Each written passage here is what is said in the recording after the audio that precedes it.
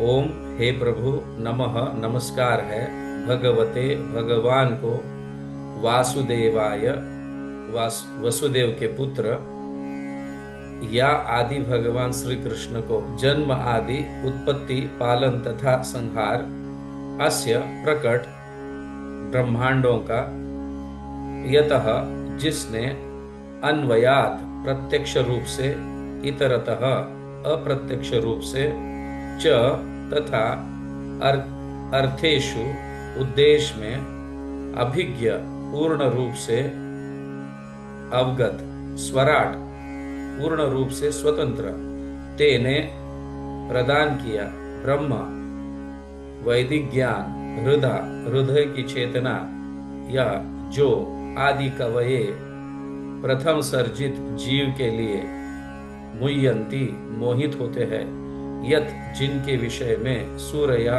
बड़े बड़े मुनि तथा देवता तेज अग्नि वारी जल मृदा पृथ्वी यथा जिस प्रकार विनिमय क्रिया प्रतिक्रिया यत्र जहां पर त्रिसर्ग सृष्टि के तीन गुण सृष्टिकारी शक्तियां अमृषा सत्यवत धामना समस्त दिव्य सामग्री के साथ स्वेन अपने से सदा सदैव निरस्त अनुपस्थिति के कारण त्यक्त कुहुकम मोह को सत्यम सत्य को परम परम धीमहि मैं ध्यान करता हूँ।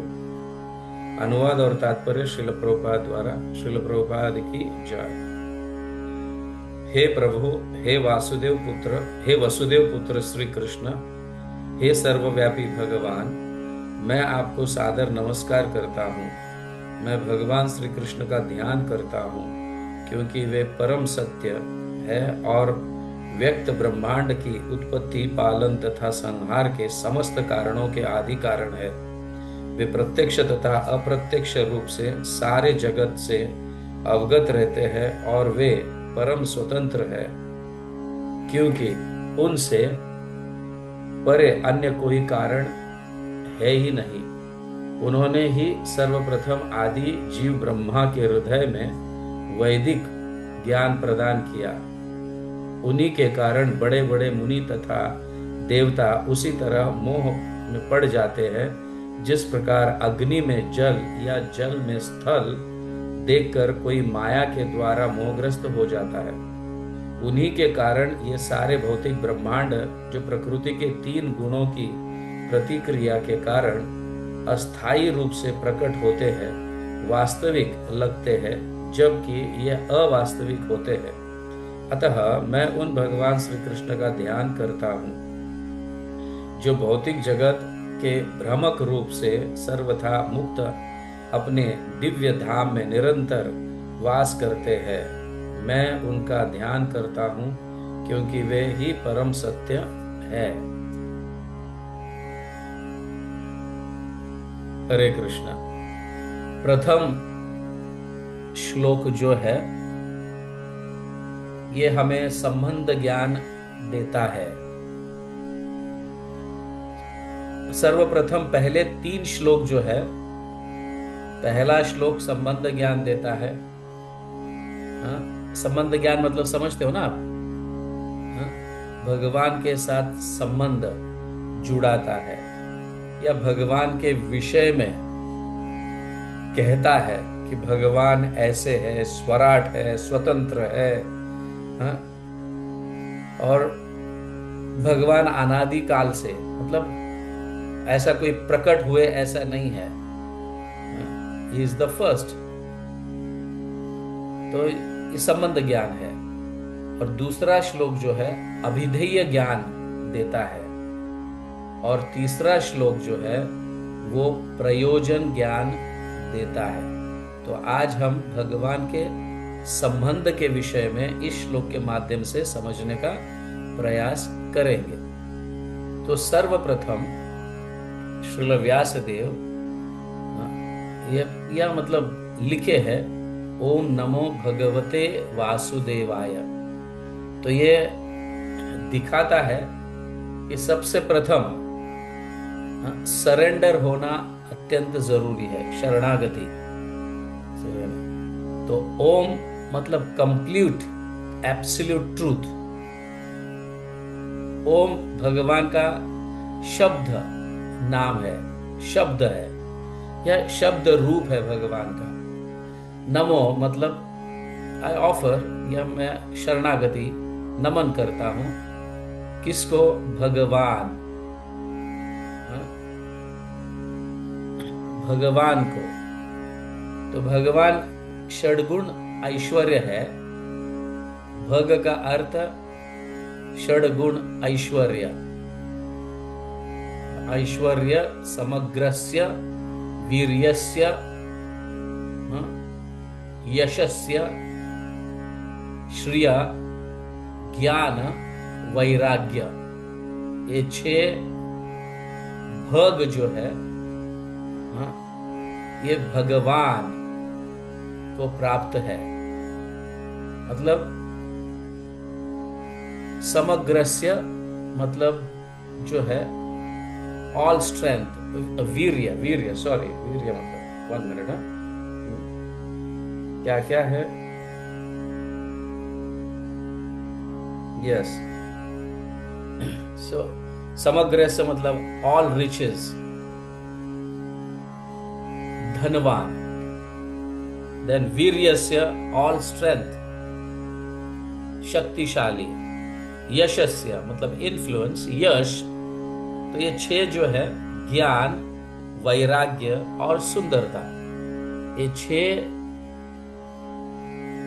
सबसे ज्यादा, मतलब पूरे एंटायर क्रिएशन में किसी के पास भी इतना है, मतलब भगवान स्थापित करता है ये। जैसे सबसे ज्यादा धन जिसी के पास है तो उसको धनवान कहते हैं, सबसे ज्यादा ज्ञान किसी के पास है तो उसको ज्ञानवान कहते हैं। उसी तरह से भगवान, तो भग का अर्थ है ये 6 गुण जो सबसे ज्यादा, nobody is equal nor above.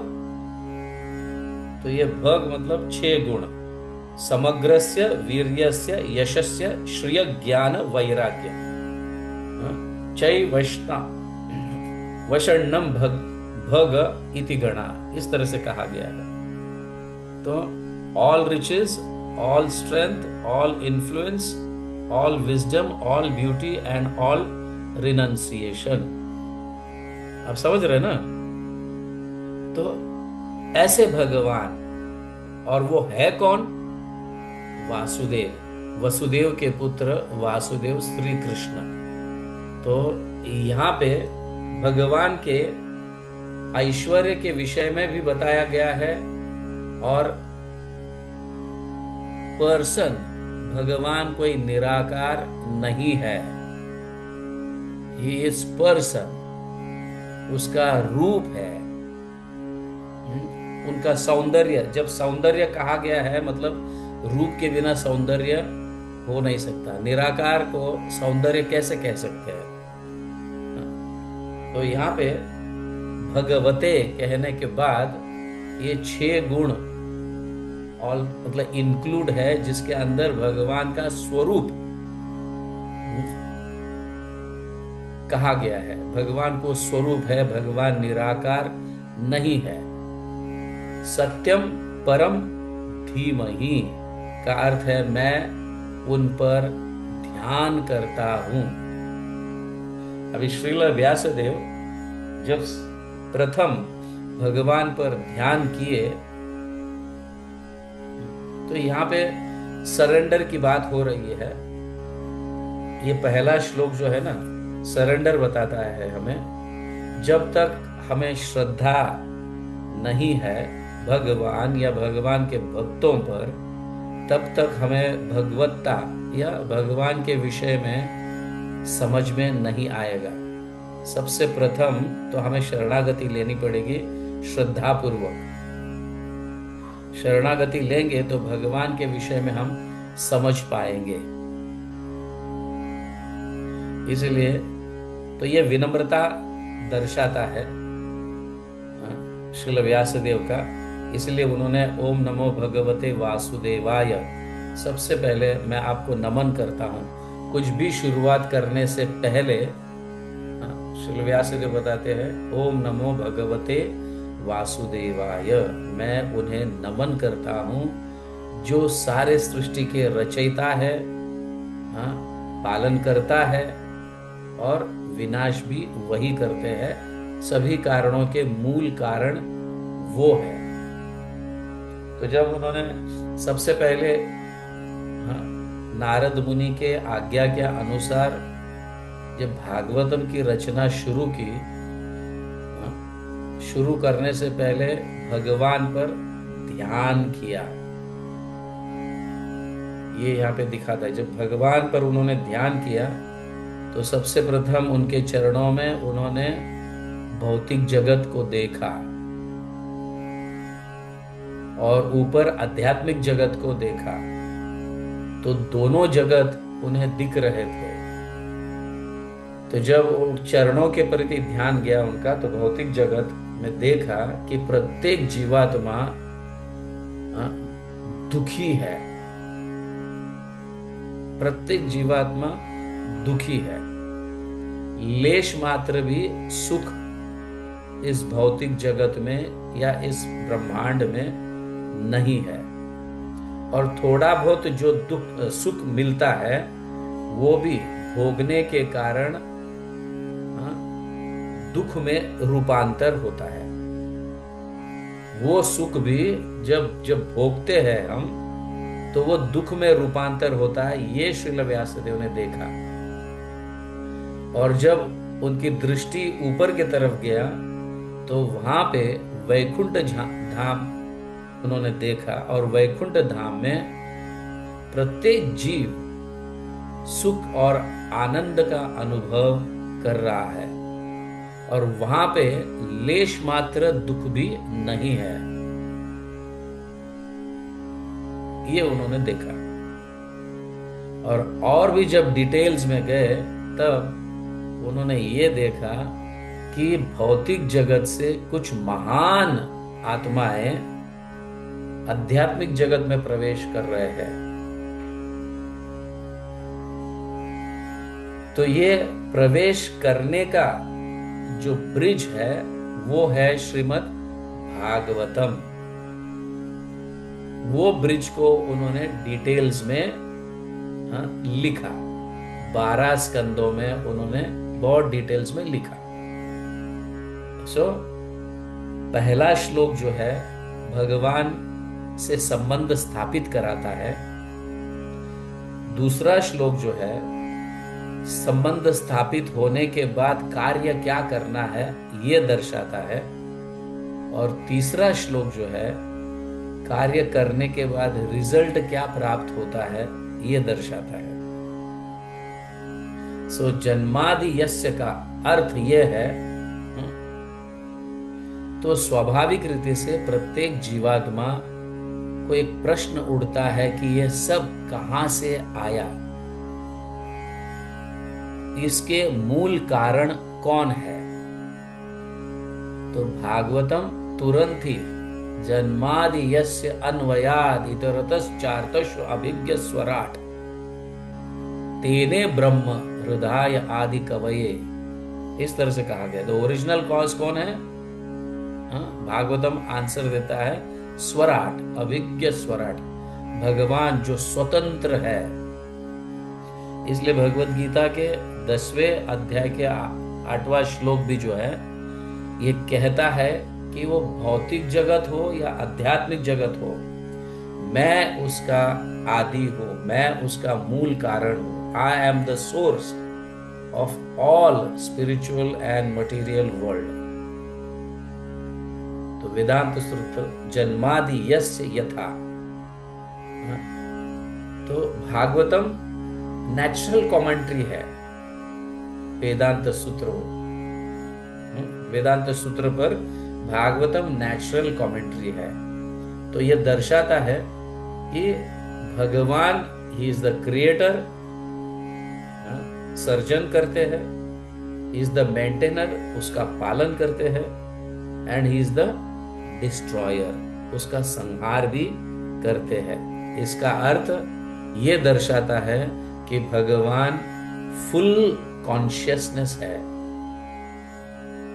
सो निराकार जो है फुल कॉन्शियसनेस नहीं हो सकता, साकार जो है वो कॉन्शियसनेस हो सकता है। उसका सौंदर्य, उसको ज्ञान, ये सब अब समझ रहे हैं।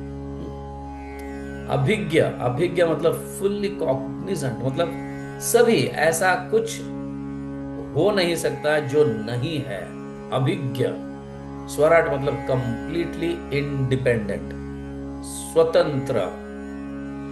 ये भी दर्शाता है कि हम परतंत्र है, मतलब हम किसी पर निर्भर है और भगवान स्वतंत्र है। तो ये दिखाता है कि जीव भगवान नहीं हो सकता।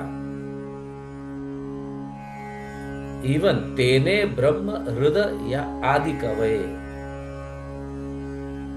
तो ब्रह्मा को इस सृष्टि का ज्ञान भगवान सबसे प्रथम दिए। और कैसे? हृदय में, हृदय आदि कवये, आदि कवये मतलब ब्रह्मा जी। तेने ब्रह्म हृदय आदि कवये, ब्रह्मा के हृदय में ये पूरा काव्य मतलब ज्ञान भगवान श्री कृष्ण दिए। और ये मतलब ये ज्ञान मनुष्य का नहीं है, समझ गए ना? ये ज्ञान मनुष्य का नहीं है, या मनुष्य से शुरुआत होता है ये ज्ञान, ऐसा नहीं। मनुष्य के परे का ज्ञान, तो मनुष्य के परे का ज्ञान भगवान से शुरू होता है। इसलिए जो सिंपल सरेंडर्ड सोल है, या मतलब जीवात्मा है, जो शरणागति और प्रामाणिक रहते, उनके हृदय में ये ज्ञान प्रकट हो सकता है, या प्रकट हो सकता है मतलब समझ सकता है इस ज्ञान को। तो सबसे पहला प्रथम श्रद्धा और विनम्रता, ये रहने से हृदय के अंदर ज्ञान प्रकट हो जाता है, या वो समझने के लायक बनता है। तो मुह्यंति यत् सूर्य का अर्थ है कि यहाँ पे मुह्यंति यत् सूर्य मतलब बड़े बड़े लोग भी जो है, देवी देवता लोग या योगी जन, महान जो योगी है, वो भी लोग जो है क्या होते हैं? बिविल्डर्ड, मतलब कंफ्यूज्ड हो जाते हैं। ये कैसी सृष्टि है, चौंक जाते हैं। तेजोवारी मृधाम यथा विनिमयो, तेजोवारी मृदाम यथा विनिमयो मतलब जैसे रेगिस्तान में, जिसको हम मृग जल कहते हैं, रास्ते पे गर्मी में रास्ते पे कैसे पानी के जैसा दिखता है, अरे वहां पे पानी है रास्ते पे, पर जब जाते हैं तो पानी नहीं होता, जिसको हम मृग जल कहते हैं। इस तरह से जो है तो भौतिक जगत टेम्पररी है, दिखता है सत्य के जैसा, बट सत्य नहीं है। आप समझ रहे हैं? मृगजल रास्ते पे गर्मी में जैसा मृगजल मतलब जल के जैसा दिखता है, बट वहां जाने के उपरांत वहां पे जल नहीं होता। ठीक उसी तरह से भौतिक जगत भी सत्य दिखता है, लेकिन जब उसका अनुभव करते हैं तो पता चलता है कि वो टेम्पररी है।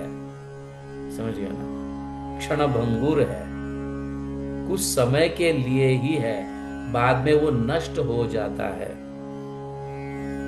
तो तेजोवारी मृदाम यथा विनिमयों का अर्थ ये है।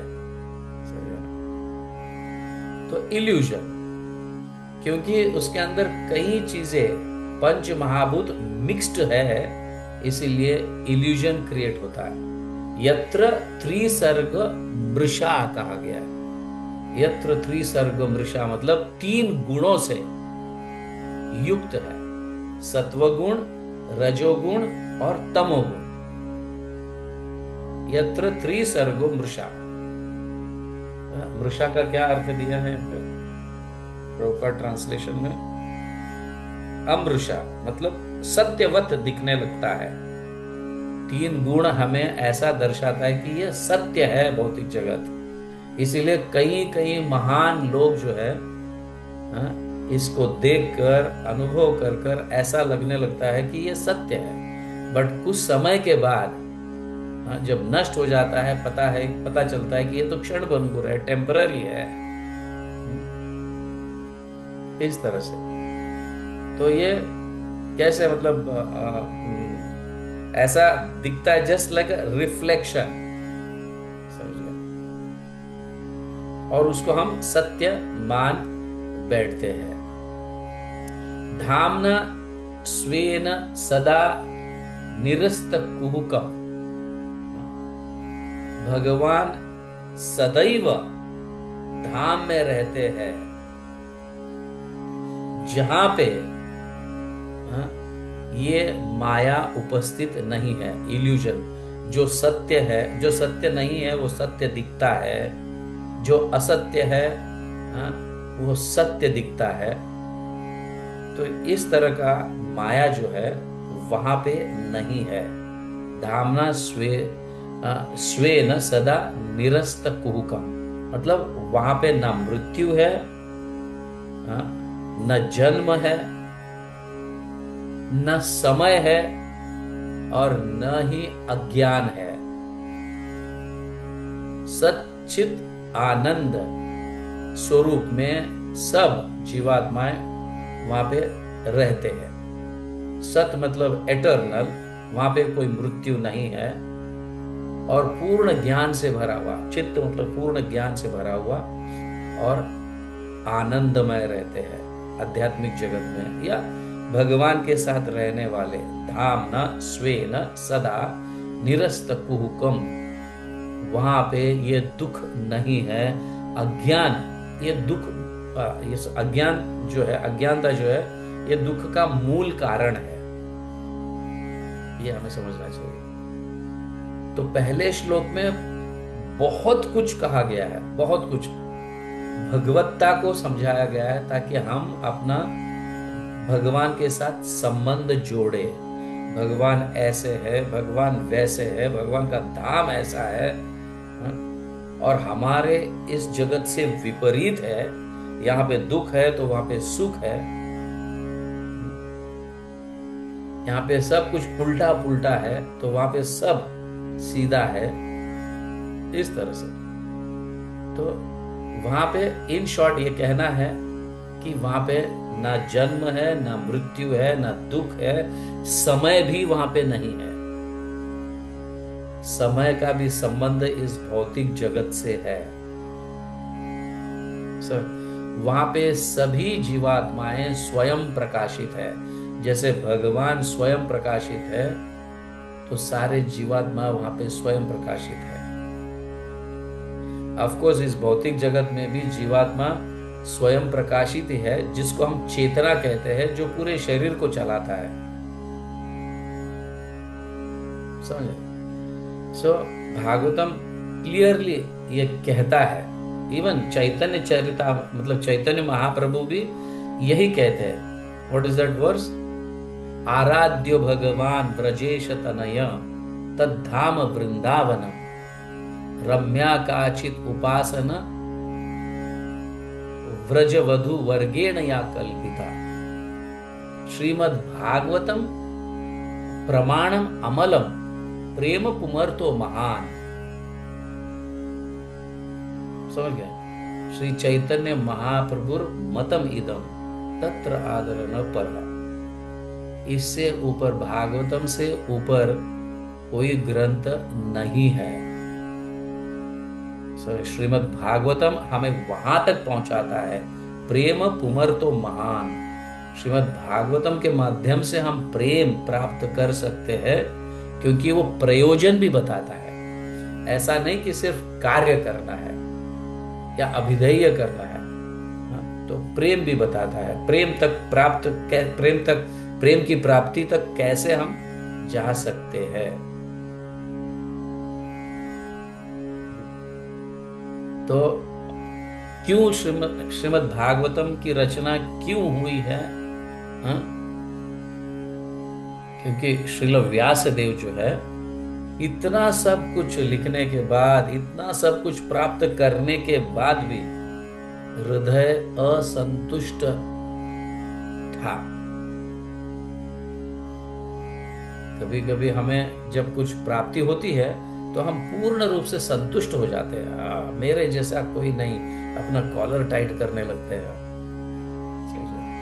लेकिन ऐसा सारा इस भौतिक जगत का पूर्ण ज्ञान जो है वेदों के माध्यम से प्रकट किए श्रील व्यासदेव ने लिखा, और महाभारत और अन्य कई ग्रंथ लिखे, उपनिषद, पुराण, ये सब लिखे, फिर भी वेद व्यास मुनि जो है प्रसन्न या संतुष्ट नहीं थे। तो तुरंत जब उन्होंने स्मरण किया अपने गुरु को, तो नारद प्रकट हुए और उन्होंने चतुश्लोक में श्रीमद् भागवतम उनको दिया। और उस चतुश्लोक का स्मरण करते, मतलब मेडिटेट करने लगे, तो सबसे प्रथम भगवान श्री कृष्ण के वेणु बजाते ऐसे दर्शन हुआ। फिर चरणों के यहाँ पे नीचे के साइड में भौतिक जगत को देखा, ऊपर के साइड में आध्यात्मिक जगत को देखा, और दोनों जगत को उन्होंने जब देखा तो एक जगत में दुख ही दुख है और आध्यात्मिक जगत में सुख ही सुख है, आनंद ही आनंद है। और भी जब डिटेल्स देखा उन्होंने, तो कुछ लोग महान जीवात्मा भक्ति साधना कर कर आध्यात्मिक जगत में जो प्रवेश कर रहे थे, वो ब्रिज को उन्होंने देखा और उस ब्रिज को श्रीमद् भागवतम के रूप में उन्होंने प्रकट किया हमारे सामने, so that we can also enter in that spiritual world। तो श्रीमद् भागवतम में प्रथम 9 स्कंद जो है वो भगवत्ता और अभिधेय को समझाता है। भगवान के साथ संबंध जोड़ना और भगवान के लिए कार्य करना। और दशम स्कंद जो है वो प्रयोजन है, जो तीसरा श्लोक समझा रहा है। हम डिटेल्स में धीरे धीरे स्टडी करेंगे इसको,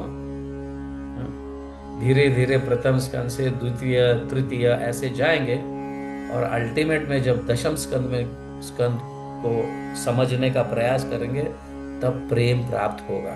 but one cannot directly jump on the 10th canto. Srila Prabhupada और भक्ति सिद्धांत महाराज का भी यही कहना है।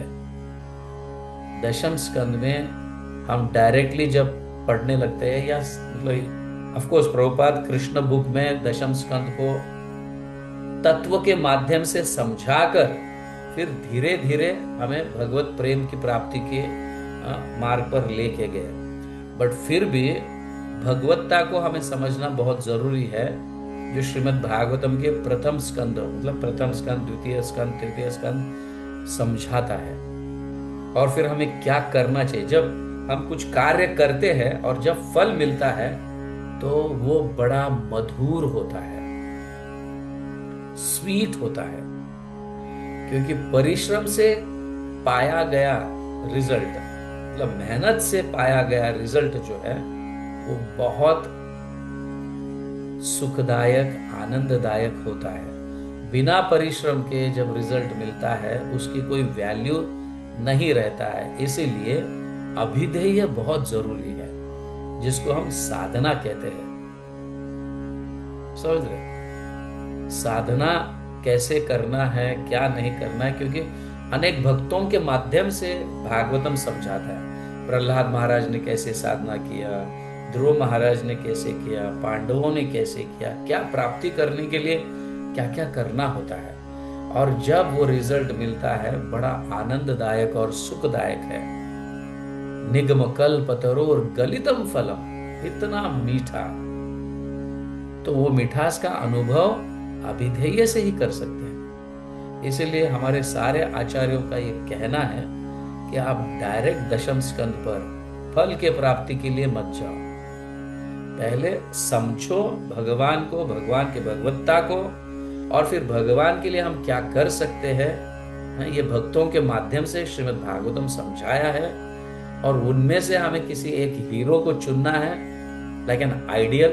Yes, this is my ideal, मैं ऐसे करूंगा तो ये प्राप्त कर सकता हूं।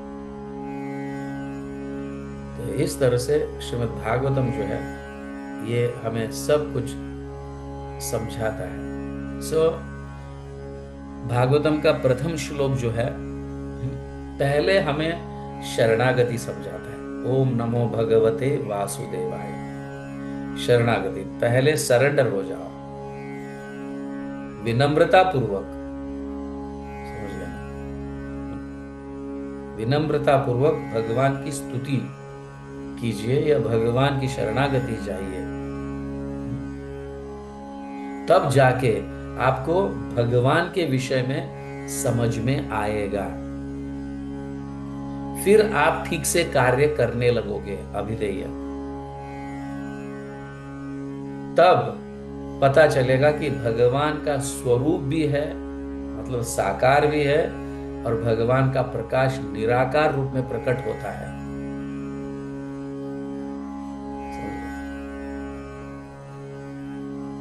तो भगवान इतने जल्दी समझ नहीं आता। पहले जो है भगवान का प्रकाश भगवान को ढकता है, ढकता है इन द सेंस हमें ढकाता है। इसलिए अभिधेय के माध्यम से, साधना के माध्यम से हम उस प्रकाश को पार करके भगवान की प्राप्ति कर सकते हैं। तो साधना इज वेरी वेरी इंपॉर्टेंट। और वो साधना जो है वो ध्यान है। तो सत्यम परम धीमहि का अर्थ है मैं उन पर, उस एब्सोल्यूट ट्रुथ पर या उस भगवान पर मैं ध्यान करता हूं। पहला श्लोक यही समझाता है। इस पहले श्लोक में भगवत तत्व है, मतलब फिलॉसफी है, और भगवत्ता को एस्टैब्लिश किया गया है। भगवत्ता को समझाया गया है, और फिर आध्यात्मिक जगत और भौतिक जगत दोनों का कंपैरिजन किया गया है। धामना स्वेने सदा निरस्त कुहुकम सत्यम परम धीमहि, इस तरह से जो है। और फिर प्रोसेस को भी बताया गया है कि क्या प्रोसेस करने से हम उसकी प्राप्ति कर सकते हैं, धीमहि। समझे? इस तरह से ये श्लोक जो है, तो हम थोड़ा प्रभुपाद का पर्पट भी पढ़ लेते हैं। भगवान वासुदेव को नमस्कार करना प्रत्यक्ष रूप से वसुदेव तथा देवकी के दिव्य पुत्र भगवान श्री कृष्ण को इंगित करता है। इस तथ्य की अधिक व्याख्या इस ग्रंथ में सुस्पष्ट रूप से की गई है। यहाँ पर श्री व्यासदेव दृढ़ता पूर्वक कहते हैं कि कृष्ण ही आदि भगवान है, और अन्य सभी रूप उनके प्रत्यक्ष या अप्रत्यक्ष पूर्ण अंश या अंशा अंश। भगवान की भगवत्ता देखिए, भगवान धाम में रहते हुए भी अपने आप को इतने रूपों में विस्तार किए हैं, आध्यात्मिक जगत में भी और भौतिक जगत में भी अपने आप को विस्तार किया। इसलिए अंश के अंश के अंश के अंश, समझ, जैसे हम ये देखते हैं कि भगवान अपने आप को विस्तार बलराम के रूप में किए हैं, फिर बलराम चतुर्व्यूह रूप में विस्तार किए हैं, वासुदेव, प्रद्युम्न, अनिरुद्ध, इस तरह से अपने आप को विस्तार किए। शंकरषण, फिर शंकरषण के माध्यम से वापस 3 रूप विस्तार होते हैं, महाविष्णु, गर्भोदशाय विष्णु और क्षीरोदशाय विष्णु। और वहां से वापस पूरा ब्रह्मांड प्रकट होता है। प्रथम जीव जो है इस ब्रह्मांड के श्री ब्रह्मा, ब्रह्मदेव, ब्रह्मा जी। अत्र सर्ग विसर्ग, सर्ग का अर्थ है भगवान का क्रिएशन, विसर्ग का अर्थ है ब्रह्मा जी का क्रिएशन। इस ब्रह्मांड में ब्रह्मा जी सारे जीवों को शरीर देते हैं, अनेक प्रकार के 84 लाख योनियों का शरीर जो क्रिएट किए हैं वो ब्रह्मा जी किए हैं, और वो भी भगवान के शक्ति के आधार पर। तो यहाँ पे कहा गया है कि प्रत्यक्ष या अप्रत्यक्ष, पूर्ण अंश या अंशा अंश है। श्रील जीव गोस्वामी ने अपने कृति कृष्ण संदर्भ में इस विषय की विशद व्याख्या की है और आदि जीव ब्रह्मा ने अपने ग्रंथ ब्रह्म संहिता में श्री कृष्ण विषय यथेष्ट व्याख्या की है। सामवेद उपनिषद में भी बताया गया है कि भगवान श्री कृष्ण देवकी के दिव्य पुत्र है। इसलिए इस स्तुति का यह पहला कथन बताता है कि भगवान श्री कृष्ण आदि भगवान है। आदि भगवान मतलब नारायण से भी, विष्णु से भी, सो महाविष्णु, ये सब जो भगवान से भी आदि भगवान का अर्थ श्री कृष्ण। समझो, तो हम विष्णु को भगवान मतलब विष्णु के सभी, जैसे राम को भगवान मानते हैं, नरसिंह को भगवान मानते हैं, सो जितने भी भगवान के अनेक विस्तार या विष्णु तत्व है उन सभी को हम भगवान मानते हैं। इसलिए यहाँ पे कहा गया है कि इसलिए इस स्तुति का यह पहला कथन बताया है कि भगवान श्री कृष्ण आदि भगवान है। समझ गए? तो अनेक भगवान जो भगवान के ही विस्तार है उनसे भी आदि श्री कृष्ण है। तो ब्रह्म संहिता में ये कहा गया, वेणम कोनांतम अरविंद दलाय तक्षम बहर्वताम समसितम बुध सुंदरांगम, अंग है, रूप है, ये दर्शाता है ब्रह्म संहिता में भी। सुंदरांगम कंदर्व कोटि कमनीय विशेष गोविंदम आदि पुरुषम तमह भजामि। आदि पुरुष मतलब अनेक भगवान के विस्तार जहां से आए हैं उन सभी के आदि भगवान श्री कृष्ण है, गोविंद है। ये इस तरह से यहाँ पे कहा गया है। भगवद गीता में भगवान ने कई स्थलों पर स्वयं को आदि भगवान घोषित किया है और इसकी पुष्टि अर्जुन के द्वारा तथा नारद, व्यास आदि बड़े बड़े महामुनि द्वारा भी की गई है। पद्म पुराण में यह भी कहा गया है कि भगवान के असंख्य नामों में से कृष्ण नाम सर्व प्रमुख है। समझे? भगवान के भी अनंत नाम है, जैसे मतलब अनेक नाम, मतलब नारायण, विष्णु, ये वो सब। सो कृष्ण जो है, कृष्ण का अर्थ है सर्व आकर्षित, और भगवान को सबसे प्रिय नाम अगर कुछ लगता है तो वो है कृष्ण। तो प्रभुपाद भी और हमारे आचार्य भी, स्पेशली भक्ति सिद्धांत सरस्वती ठाकुर महाराज और श्रील भक्ति विनोद ठाकुर, ये हमें दर्शाते हैं कि भगवान के मतलब हम गौड़ीय वैष्णव जो है भगवान श्री कृष्ण के स्वरूप का स्मरण करना चाहिए।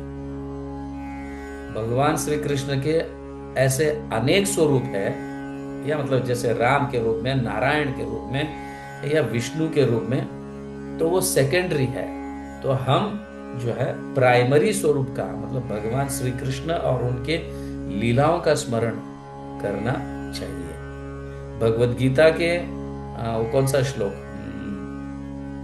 मन मना भव मद भक्तो मध्याजी माम नमस्कुरु हामे वैशिष्य सत्यम ते प्रति जाने प्रियोसी में, वहां पे तात्पर्य में प्रभुपाद क्लियरली लिखते हैं भगवान के किसी भी अवतार का स्मरण नहीं करना चाहिए, या मतलब भगवान श्री कृष्ण जो अर्जुन के समक्ष उपस्थित है ऐसे स्वरूप का स्मरण ध्यान करना चाहिए, अन्य तो मतलब अन्य कोई स्वरूप का ध्यान नहीं करना चाहिए, ऐसे प्रभुपाद क्लियरली वहां पे लिखते हैं। एंड स्पेशली ये आदेश गौड़ीय वैष्णवों के लिए है। गौड़ीय वैष्णव मतलब चैतन्य महाप्रभु हमें जो शिक्षा दिए हैं, तो वो शिक्षाओं के माध्यम से ये दर्शाता है कि हम भगवान श्री कृष्ण को ही, भगवान श्री कृष्ण का ही स्मरण करें। Is it clear? पहला जो श्लोक है ये दर्शाता है।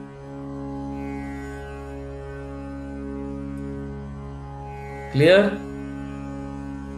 हाँ, तो हमने क्या सीखा है?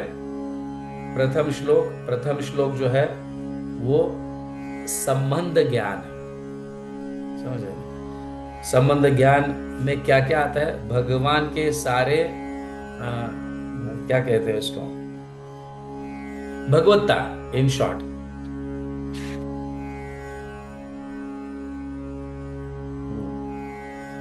भगवान के सारे मतलब भगवत्ता को दर्शाने के लिए भगवान कैसे है, कहाँ रहते हैं, उनका स्वरूप कैसा है, कैसे प्रकाशित हुए हैं, सभी जगह कैसे व्याप्त हुए हैं। जब तक ये समझेंगे नहीं तो हमारा भगवान के साथ संबंध जो है गाढ़, इसमें जैसे फॉर एग्जांपल, जैसे सपोज आपका संबंध किसी एक कंपनी के साथ जुड़ने जा रहा है, तो आपने रिज्यूम भेजा है और कंपनी ने आपको अपॉइंटमेंट लेटर भेजा।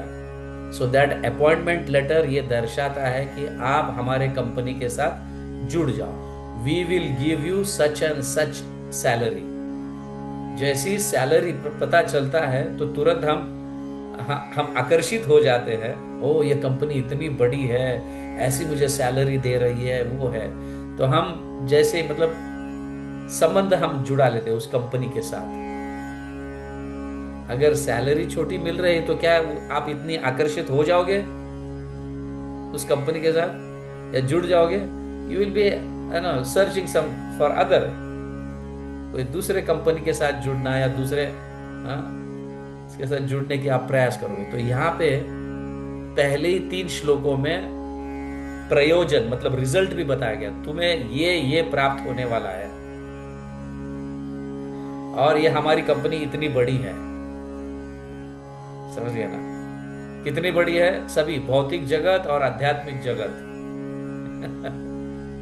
समझ गया ना? और क्या रिजल्ट है? तुम्हें सैलरी क्या मिलेगी? प्रेम। तो क्या करना है? तो संबंध का अर्थ हमारा कंपनी के साथ संबंध जुड़ना। जुड़ने के बाद फिर दूसरा एक लेटर मिलता है आपको। समझ गया ना? क्या क्या करना है? सुबह से लेके शाम तक तुम्हें क्या करना है? For what you have been appointed. और अंतिम जाते समय आपको रिपोर्ट दे के जाना है आपके बॉस को। तो ऐसे पूरा महीना करेंगे तो महीने के अंत में आपको सैलरी मिलेगी। तो जो दूसरा लेटर है वो श्रीमद् भागवतम है कि हमें ये बताता है कि क्या क्या करना है, कैसी साधना, ये वो। आपको छोटी मोटी सैलरी भी चाहिए तो है श्रीमद् भागवतम में। समझ गया ना? अलग प्रकार के रसों के विषय में है, दास्य रस, साख्य रस, वात्सल्य रस, माधुर्य रस, और माधुर्य रस में भी 2 रस, स्वकीय रस, परकीय रस, या ऐश्वर्य रस, या माधुर्य रस प्राप्त होता है। तो जैसी अपनी साधना वैसा रिजल्ट।